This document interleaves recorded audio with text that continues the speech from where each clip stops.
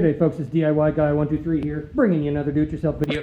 Today, real quick, we're going to talk about the back of a refrigerator and what do you do for maintenance on these things. Well, I'm not a cooling expert or a heating expert, but I do know that's the compressor, that's the fan, and Freon gets pumped through this, you may call it a radiator. It's a heat exchanger from the Freon to the open air. And what I noticed was it was covered up like this, and the back of this cardboard fan has these vents, and they were completely plugged with dust.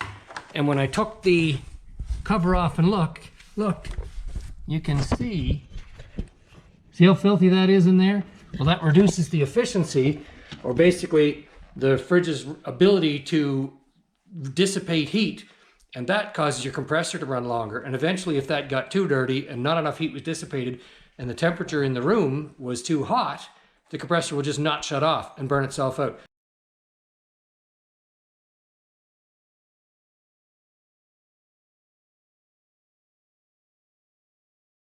Pretty easy thing to clean. You do have to be careful. You don't want to be bending any of these copper wires or any of the electrical wires. Stay away from all that.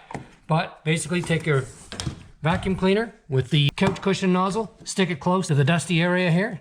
Just use the toothbrush and go over the fins like that, and then give them a good inspection. That's all it takes. If you do that, you'll prolong the life of your fridge by years.